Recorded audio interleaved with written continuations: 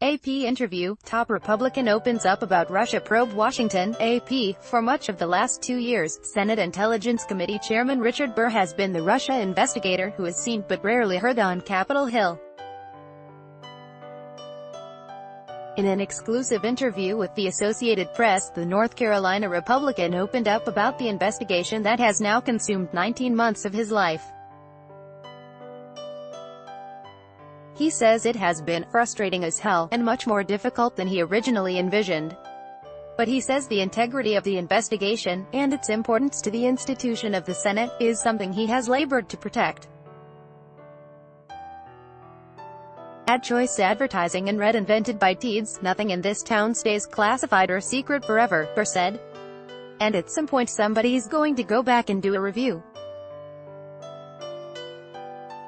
And I'd love not to be the one that chaired the committee when somebody says, well, boy, you missed this, so we've tried to be pretty thorough in how we've done it. Advertisement. Burr said there is no factual evidence today that we've received on collusion or conspiracy between Russia and President Donald Trump's campaign. But he said he's still open on the issue and hasn't personally come to any final conclusions, since the investigation isn't finished. The Senate investigation is the last bipartisan congressional probe of Russia's interference in the 2016 election and connections to Trump's campaign. Working with the panel's top Democrat, Virginia Sen. Mark Warner, Burr has so far managed to keep the investigation free from the extraordinary acrimony that has plagued work on the House side of the Capitol.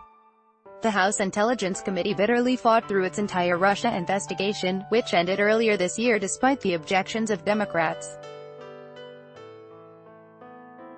From an institution standpoint, I want the American people to understand that the Senate can function, even on the most serious things, Burr said. Formerly a self-described creature of habit, Burr says his schedule has been upended. He says he has had no life since January 2017, when Senate Majority Leader Mitch McConnell asked him to start the investigation, and as the panel has chased leads, and leads that came from those leads, in the United States and abroad. He says the international aspect of the probe, the sheer number of players connected to one another and the many lawyers that they have to deal with have made the work more challenging than originally expected. Advertisement. Still, he says he doesn't think the committee should rush to wrap up the work, saying, the worst thing we can do is to prematurely try to end the probe. He says the panel still has a handful of people to interview behind closed doors and some who they may want to interview again, though he isn't making any commitments on bringing witnesses forward publicly. If the intent is to have a show trial, I'm not a participant, Burr says on public hearings.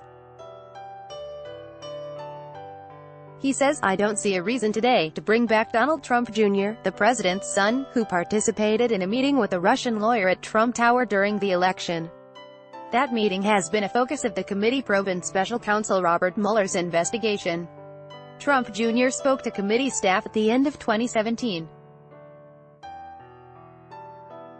The committee is also still talking to lawyers for former British spy Christopher Steele, who compiled a dossier containing allegations of ties between Trump, his associates and Russia during the election, and lawyers for WikiLeaks founder Julian Assange in hopes of gaining closed-door interviews, Burr said. WikiLeaks released hacked emails from Hillary Clinton's campaign in 2016. Burr won't give a timeline for the end of the investigation or a final report, which could create fissures in the panel's so far bipartisan unity. Many Democrats are likely to disagree that there is no evidence of collusion, if that is the committee's final conclusion. Advertisement. I am sure there will be people at the end of this who feel that we came to a conclusion that they vehemently disagree with, Burr said. I know that from a committee's integrity standpoint we've got to prove what we find. And if you can't prove it, then we can't make the claim. By putting off the final report, Burr and Warner have so far been able to maintain the bipartisan tenor. I have confidence in Richard Burr that we together, with the members of our committee, are going to get to the bottom of this, Warner said last year. And if you get nothing else from today, take that statement to the bank. Unlike many of his Intelligence Committee colleagues, Burr has eschewed cable television appearances and refrained from visiting the White House and interacting with Trump. Republican Sen. Jam Langford of Oklahoma, who sits on the intelligence panel and is close to Burr, says Burr started every meeting at the beginning of the probe by asking senators not to talk to the media until we get additional facts and we put things out together. Langford says it's possible the final report will split the committee. The hardest part is when staff starts going through all of the details and writes the last report, Langford says. And then we start having people say, I won't say that.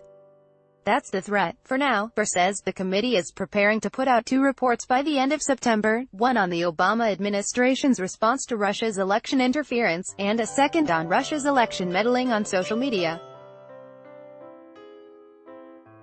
The committee is also expected to hold a hearing with Facebook COO Sheryl Sandberg and Twitter CEO Jack Dorsey in the first week of September.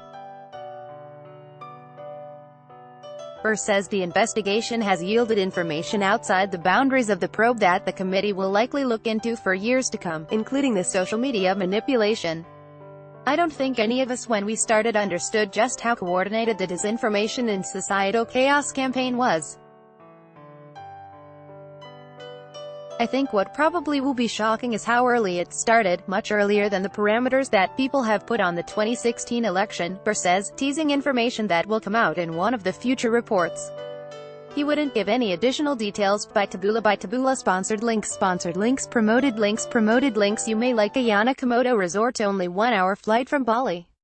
Discover the spectacular Labuan Bajo Ayana Komodo Resort. And of Straits Times Mahathir responds to financiers' accusations. The Straits Times and Stanford American International School, how overseas school trips benefit your child. Stanford American International School and Babel. This app will have you speaking a new language in 3 weeks. Bablindo. Throne, free online game. Get a free PC game right now. Throne, free online game. Undo. The new paper police warn public over SMS kidnapping scam. New paper. Undo.